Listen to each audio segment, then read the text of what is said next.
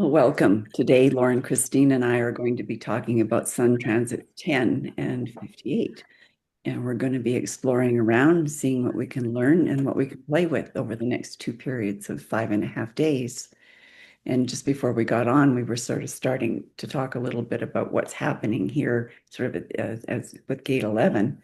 And Lauren was sharing some ups and downs that seem to be related with what's happening. Yeah, it's really a physical feeling, and I'm thinking about this gate 11, and I was honestly really looking forward to it. I knew there was a little break astrologically coming this week; things would lighten up a little bit for us. And when I heard the word flow, it was like yes.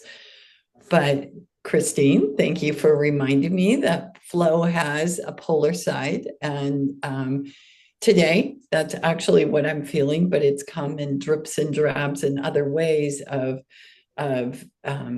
constriction and restrictions, and having to clear them and then flow, and then the next one and then flow. So I'm sharing this as I always do, and we do for our listeners, because sometimes you don't realize what you're experiencing until you hear someone else's story. And I'd be really curious if anyone else has had that same experience. I don't think we could recreate your experience. I wouldn't want anyone to.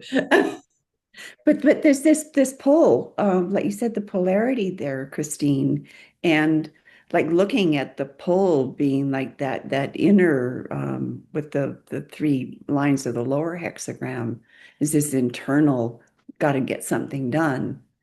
And the top three hexagrams are the yin, the feminine, which is more receptive. So, I mean, that feels like a bind. And you were talking about feeling squeezed earlier. Yeah, So, yeah. yeah. Yeah, it's interesting. The actual polarity gate of gate 11 is gate 12, which is caution, right? Mm. And so there is this idea, ideas bring, the gate of ideas 11 has all of this lovely idea-filled energy, creativity, curiosity, peace, and all the opposites, right? War, lack of ideas, lack of curiosity, right? None of that stuff, like feeling unable to achieve any of that, right? And this polarity of caution is also there trying to get people to pay attention to, yeah, you've got all these great ideas, but right? Like which ones are really worth paying attention to? Which ones do you really want to act on, right? Which ones are really important? And so it sounds to me a little bit like what you were explaining was kind of like sitting in that energy of like, yeah, it's cool, but I feel this pressure, literal pressure to not maybe act, to wait, to not, see things through in the moment. So I just think it's interesting. And it also dovetails into, we've talked about how we've now done the full year, starting again in gate 10. We started here last year in gate 10. And one of the things we talked about in this upcoming season is to really look more closely at these polarities because they are a big aspect of the energy, both in, from a human design perspective and the gene keys too. He talks about it quite extensively, right? That we always have to be mindful of this fact, right? That everything is a yin and a yang, and so all the good things that come from, a gate energy have the equal and opposite less than good things on the other side. So I think it'll be fun maybe to play around a little bit with that this coming trip around the sun. Yeah, and I think we should thank our listeners for following along. We've done this for a full year, and I think our style has changed quite a bit. Might be really fun to go back and listen to last year's. We didn't quite know where we were headed, and what a journey it's been together. Yeah. We've been learning and growing. Exactly, right along with everyone else. Yeah. And as we learn and grow this time, it's like interesting. It's like this feeling, this squeeze, and all of these polarities. And we're heading into a gate called treading. So Mhm. I'm gonna, take it easy a little bit. So, but Christine, maybe you could fill us in a little bit. Yeah. So we're back at gate 10. This is the behavior of the self from a human design perspective, or treading, the hexagram name. And it lives in our identity center. And gate 10 is literally the role gate in human design. And so if you went and looked at the line names, the line 1 through 6, the line names correspond directly to what you might recognize as your profile lines. So if you're the hermit, opportunist, the 2-4, you would see gate 10, line 2 is the hermit line, right? And so this is really a pivotal energy in the human design system. And again, it's in our identity, which is, it is about all our direction and love in the world. And gate 10 is very much about our own behavior. It's the behavior of the self, right? And how we become our truest self. And so this energy has a lot of this authenticity piece to it. Um, and it does have love and direction, right? Like, so this time that we're here, in this, and, mid-December, holiday season in a lot of cultures, right? There is this love gate available to us through the sun, but it does come with this idea of like, everybody's really going to want to be their own true self, right? Which is often where friction shows up, right? Because in many ways we're conditioned to want everybody to be what we want them to be, right? Um, and to talk about the polarities, the polarity of gate 10 is gate 15, which is extremes. And it is also happens to be an identity energy. It also happens to be a love gate, and this is a love of humanity, right? So this is a love for all. It's a broad-based love of the world, and so it comes up. So you can kind of get a sense, this natural dilemma between these polarities of like, all about me, and also, I am part of this larger experiment, part of this larger consciousness, whatever it is you're looking at. There's that natural tension of, how do I be the most me inside of this space that is requiring and asking a lot of me to fit in to, right? Or to be useful to the larger whole. And so I think it's an interesting, um, again, it's just that I think it's an interesting part of what these polarities can help us understand, right? That they're here in equal measure, right? The 10 is in the sun, the 15 is in the earth. And so for the next 5.5 days, we will have both of these energies on in us, activated in a way that, we might notice. And so I Yeah. guess this is the In experiment. that too is that when the Gene Keys, the shadow is called obsession, and the shadow of 15 is dullness. And Richard Rudd talks about then that being the part where we don't want to be different from other people. And so when we put those two shadows together, we have people that are they're just going to do what is going on in the world, living other people's lives or getting totally obsessed in their own. So you're There, shaking your head, Lauren. oh my gosh, there's so much coming up, but I don't want to interrupt you. Keep going, Lois. Oh, it's okay. It was just sort of like adding to this idea of the polarities and sort of getting it like, so where like at the shadow level it could be problematic as we start to grow and move into the gift, then they can start benefiting each other as well. There's so many threads here, and I think one I want to follow first is all the things we do to position ourselves in order to get love, and the conditioned ways that we've learned to behave in order to get love. So here we're at this point, that this opportunity to get more in touch with our authentic self and self-love. We've got this self-obsessive polarity here, and we know obsessive love is not healthy, whether it's for ourselves or for another. But I'm thinking about this, just the things we do that are so not authentic in search of love.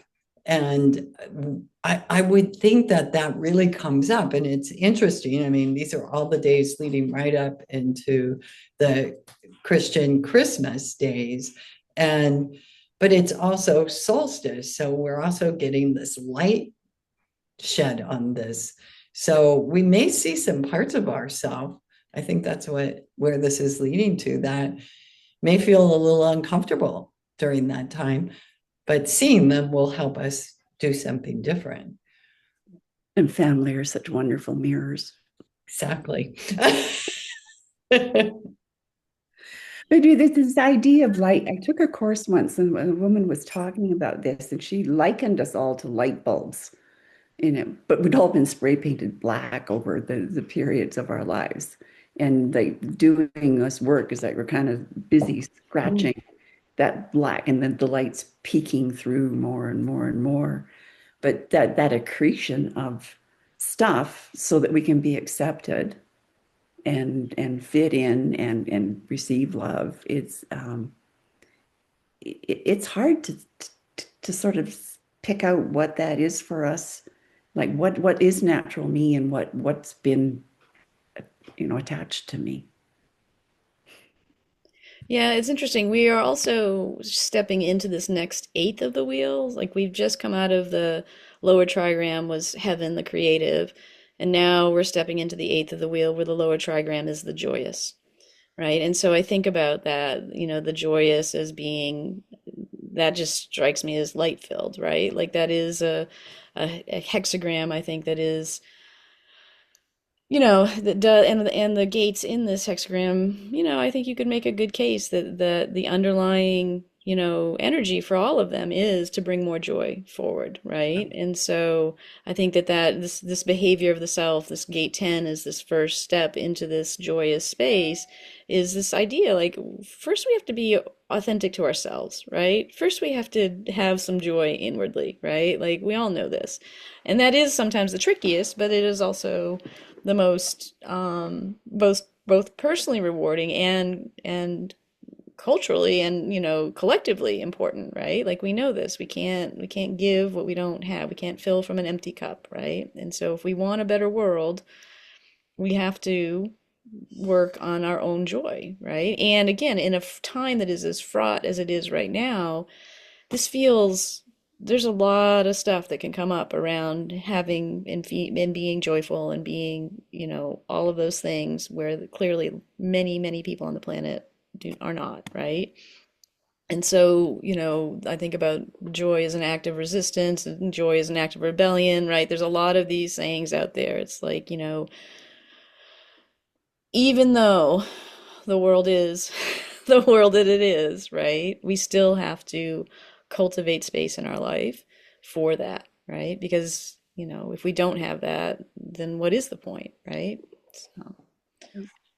Well, and I think this is a lesson we've learned from folks that have been through some of the most horrific chapters in history, is that finding that joy in the most simple, mundane things is the goal. And Kristen, when you're talking about joy, I don't think we can have joy without authenticity, and we can't have authenticity without joy. And I think when we feel that bubble up in us, we know we're touching with that's exactly that contact with our authentic self. And it's interesting because marketing and the culture we live in has capitalized on joy, on what this will give you joy and that. And we know though that isn't what gives us joy. It is those very, very simple, almost nuanced experiences that help us touch into ourself. I want to share that Hillary Barrett has a really interesting take on this, with looking at it from the I Ching perspective, and it's her question she's asking is, where is the tiger that you're chasing, right? The tiger's tail. And do you know how to work with such power? And I think that's what these days will be, is lots of different experiences to tap into ways to experience this inner power that gets us to joy and authenticity. It's interesting that it's like sort of a double-edged path, and it's something that like in coaching, um, almost all coaching programs have to start with a piece of self-awareness. Even if it's not total self-awareness of the person or situation, it might be just like, let's get clear about what's happening in this situation. And but there's this awareness that gone too far becomes the obsession about the self. Mm. And but we have to tread in that territory to actually get to know what's going on inside before we can do anything different. So it's like you have to walk in there and, like you said, be uncomfortable, Lauren, and be willing to see yourself before you can actually see the world more clearly. So it's and it's an amazing path, but it's a little scary at times. Yeah, it's interesting you said double-edged sword, because when I was reading through things this morning, I wrote razor's edge. That's exactly, it does. And I think it's that fine. It's either, and so you also can't move quickly. Yeah. Yeah, it's interesting. Both of these energies, both gate 10 and its polarity 15, carry an energy of adaptability, right? Mm. And the gate 10 is less adaptable in some ways, right? It really is trying to figure out its own behavior and stay true to itself, right? And the 15 is extremes, right? It really is all, can be all over the place. And you see this in the body graph and you see this in the world when people carry this energy. They can just be like, they cannot, they're up all hours of the night, they're doing weird things. Like there is this real extremes energy, but they're highly adaptable, right? And so I think about this treading, and as we're, I think Hillary talks about treading on a tiger's tail, right? And like, as you're walking through this whatever jungle, this razor's edge, whatever, there is this tension, right? Between being safe and who I am and knowing where I'm at and being able to meet the moment in a way that, to tread carefully, right? To if I do step on a tiger's tail, what the heck am I going to do, right? So yeah, so I just noticed that energy in there too, like this adaptability piece, and just think about how that might be something that comes up again, especially as we're all probably stepping into more family situations again. There's all these possible fraught conversations and situations, and it's just like this adaptability thing might be really useful because partly tying back into this joy piece we were talking about before, like we we think we know what's going to bring us joy. And I think that we have a lot of stuff going on the planet right now that people are behaving and acting in ways that they think is going to get them something they want, joy, be it joy or something else, and it actually isn't. And instead of being adaptable and saying, "Hey, I really worked really hard to get that thing, and now it's not even doing for me what I thought it would." Instead of being adaptable and recognizing, like, "Hey, I didn't actually do the thing. I'm going to try something else. I'm going to try a different path. I'm going to tread somewhere else." We don't. We stop. We've gotten kind of locked and stuck in this, like, well, I'm just going to, maybe I just need more of it then. Maybe I'll just do it harder, right? You know? I think that way of thinking gets promoted like in advertising, is that they're like, if you just do this and if you just do that, and that like people have started to believe that, and then that looking for it outside instead of from inside, which speaks to both gates we're talking about today. Yeah. I think before we switch gates, though, let me give a tip here on Gemmo for the time. And my suggestion is almond. And it's almond for a number of reasons. Almond is the extract I personally turn to when I discover I'm pushing myself too hard and that, or judging myself too hard. And so that's not self criticizing myself, right? This inner, and what I experience from Almond is this softening, but there's some other attributes that I think make it particularly lovely for this week, because Almond is about bringing the light in, and so we're hitting marking solstice here, and then turning towards the light. So that was another thought I had. But I think this razor's edge we're talking about is, as long as we're only looking at our authenticity and we have our eye on our true self, then we're not going to fall off either side. It's only when we lose that clear focus. But here's something interesting. The oracle message for Almond says that Almond supports your willingness to open to and receive love.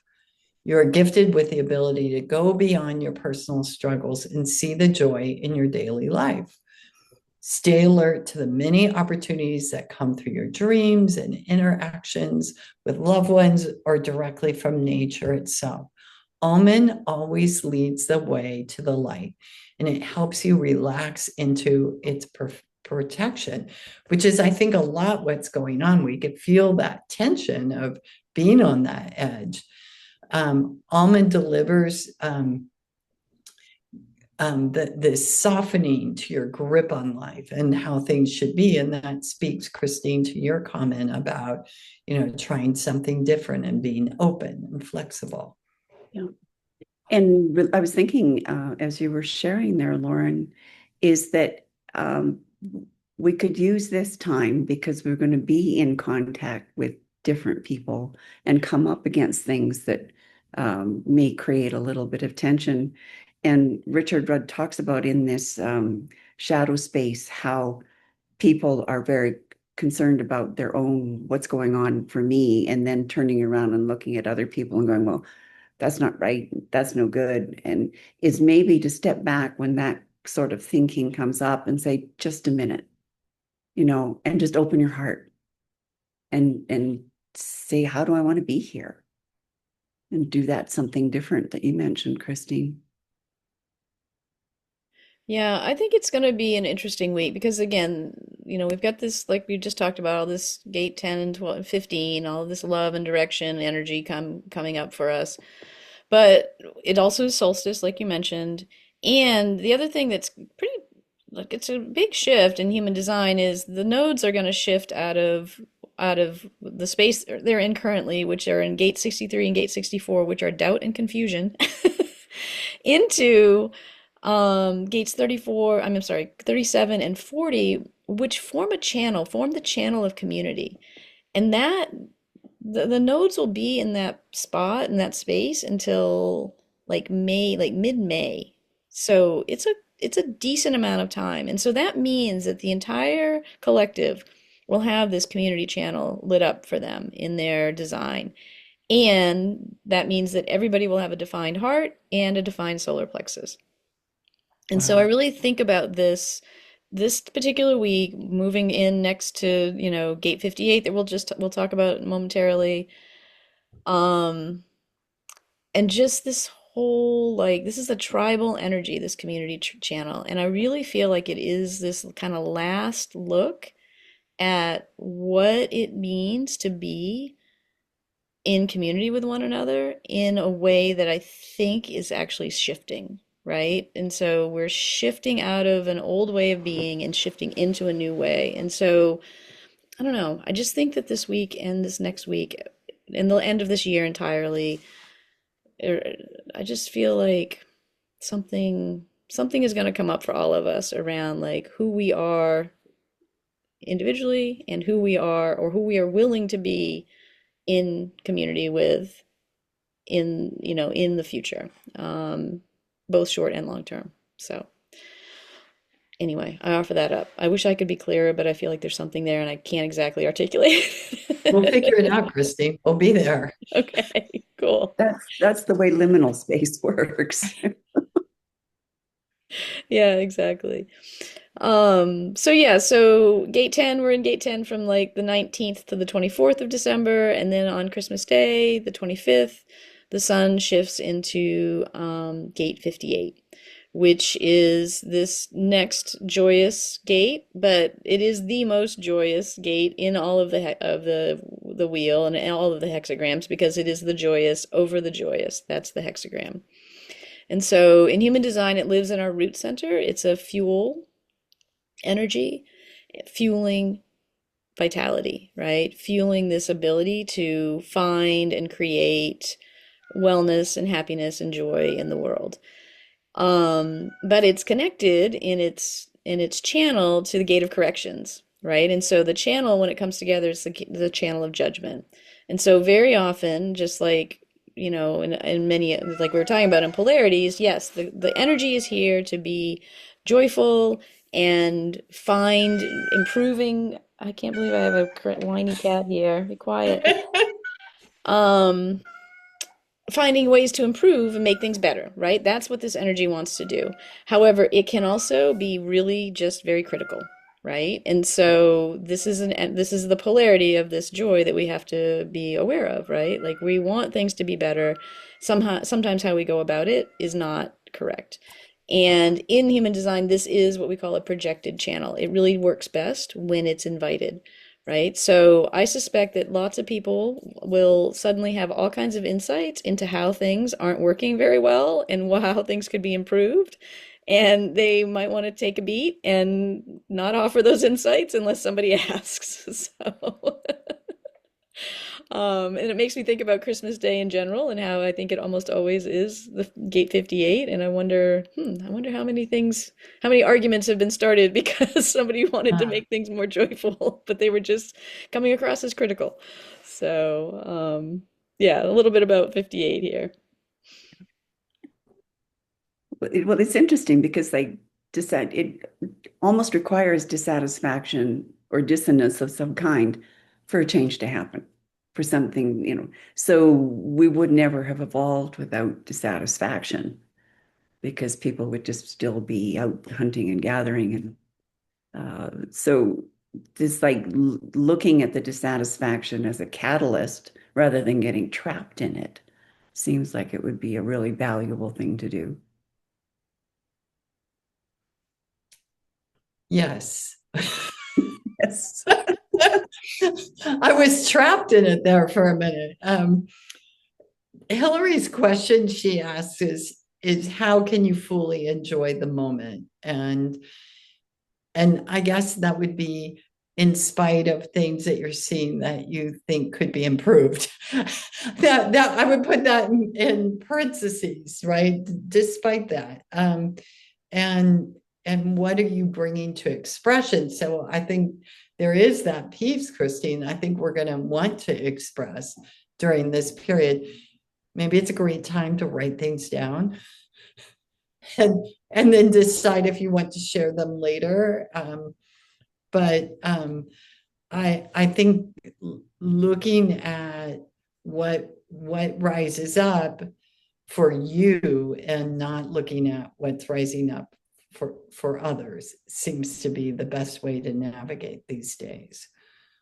Yeah, that's interesting. This is a collective energy, and there is some teaching around the fact that this, though this energy can become self-focused, right? You're trying to fix yourself, trying to correct things in yourself. It's best used as a collective energy, right? Like we could make things better for all of us, again, when those corrections are invited. And also the polarity of this gate is gate 52, which is inaction and keeping still. And so this is also a root energy. It's also a fuel. And so in this is the interesting dichotomy of this polarity is that, joy, the gate 58 joyfulness is a very active thing, right? Like you really want to be out actively improving things and making life worth living, right? Being vital. Yet this polarity is asking you also to sit still, right? To not do that. And so just as you were saying, like there is some support here for actually noticing the thing that's wrong and shutting up about it. Right? That is absolutely possible. And 52 would allow you to, it would say, yeah, it's okay. You can notice that thing and you don't have to act on it. Right? So, it is a nice pairing in that way. I think too with that is that you can notice that thing and do your own work and then see what impact that has on those around you rather than saying, well, I've seen this and you all need to do that too, or we need to change this thing. It's like but more by what we do than by what we say. But as I was reading Richard Rudd's work, I was very caught by how this particular gate would show up in a person on a spiritual journey and how attached people can get to getting towards enlightenment or whatever it is they're on their path. And like when we have things like peak experiences, and they may be amazing and joyous, and then getting really attached to that's how life needs to be all the time. Mhm. And then I'm just dissatisfied, about everything else in my regular mundane life is no good because it could be that. And that makes people miserable. Now, sometimes misery makes people want to change and actually do something different, but sometimes they just stay miserable. So, Yeah, it's like a addiction to bliss, right? yes, I have a friend that calls people like that bliss ninnies. Oh, I love that. I love that. Yeah. It doesn't always have to be bliss to be joyful. Well, we wouldn't actually be able to appreciate the joy. Exactly. And then we've also looked at is that people have bandwidth and there's joy here and there's despair here. And if we can't feel despair, the chances of us being able to feel joy are limited because Mm. most people want to keep their bandwidth pretty narrow and not out of their comfort zones. So a lot of us limit ourselves, our ability to actually feel that joy. Mm. Well, I was thinking about Magnolia for this particular period, and Magnolia has some really interesting qualities for the nervous system. Um, it modulates dopamine. So when we're talking about bliss and joy, I mean, Magnolia helps our body regulate that from a neurotransmitter perspective. And but it also has um, both a tonifying and a harmonizing effect. So it tonifies all the mucosal linings in areas that would normally harbor what bad bacteria or pathogens. And so in our digestive system, in our respiratory system, and it works to really change the environment so that the good is more noticeable, that the good can reign. And I think that's where it could really be a beautiful job, because that's what we're talking about, is seeing something and what is it we want to see and what do we want to cultivate there.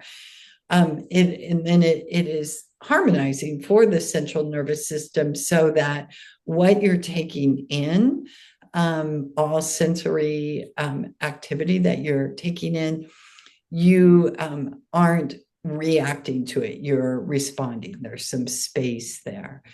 So I think and then finally it is, well, it's never final because I always have 10 more things I could share about these, but it is one of a group of extracts that work as bumper guards for your nervous system. And I think that's something we're kind of talking, like, how do you walk this path here and not fall into this or get carried away by the bliss? How do you stay here and in that place, staying true to yourself? And it is one of those organizing extracts. So I think it's a lovely one to take. My personal recommendation is it should be paired with another nervous system extract. So possibly something else that you take on a regular basis. So you have a baseline there. And then you can really feel the difference Magnolia will offer. When you said tonifying and harmonizing, it made me think about the aspects of this particular gate where there's all this dissatisfaction, and yet this move into the gift in this more naturalness, which is about both of these gates have been about, is that the more natural we become, the kind of the easier it is to move in the world. And like over time noticing is that just me being me, people respond better to that than when I look back years ago and I was trying to be this and trying to be that. And so they having these like the bumper guards so that you're paying attention to what is myself, because you think about the amount of energy that gets sucked out of us trying to be something other than what we actually are, and how if we were just natural, we'd have all of that, and then we'd have the vitality, which is the gift. So along with the Gemmo, I was thinking that paying attention to what drains you and what energizes you. And and we sometimes we have to do stuff that drains us, but we can mitigate the impact of that. And then sometimes we can say, well, I don't really have to do that anymore. Maybe somebody else could take that on. And that's a great plan for the holidays, Lois. yeah. Somebody else bring the special sides for the dinner. Simple things like that. Yeah. No, I love that because in this energy, there is also this thing about perfectionism too. Like this 58 can really, people with this energy can get too caught up in making everything right. And, right can only look one way, right? And it has to be that or it's nothing. It's no good, right? And together, like if they have the whole channel, it's actually it's called the design of insatiability, right? And so this like nothing's ever right enough, right? Like you can always make something a little bit better. You can always, right? And so it's interesting to me that it shows up again at this, holiday time. And I think about our culture, right? And how it's become this kind of insatiable thing that we do around the holiday and in all the ways, right? The gifts, the food, whatever, just endless. And so just again, yeah, I think you're right, Lois, like paying attention to what really is necessary, what can I drop, what am I doing here, right? Which is really hard to do this time of year, I think, just because there are so many external pressures on our attention and our bandwidth, um, and just our energy, right? So taking some moments each day to be like, this is what my day was supposed to look like. Do I really need to do any of this? That sounds really good. I think this is important to say is that quite often we get caught up during this period of trying to be responsible for other people's joy. And I don't know about you two, but I don't think we can be. I think it's absolutely fundamentally impossible. And so that would be a brilliant step forward. If you could just say, I am not going to hold responsibility for how anyone else received this dinner, this event, this time together, whatever. I'm just going to be responsible for myself. Yep. And I'm not going to let any lack of anybody else's joy impact mine. Yeah. Yeah. No matter how hard they try. Yeah. Good. There you be having fun. Yeah. Well, I think this is good advice we're leaving for folks. And I believe that there's a lot of richness in these 11 days coming up. There is. There's great opportunity. And the more we learn about ourselves, the more capable we become in the world. Yes. All right. So I guess we're complete again. So thank you for being with us. We hope we'll see you next time. And whatever festivities that you engage in. Enjoy them.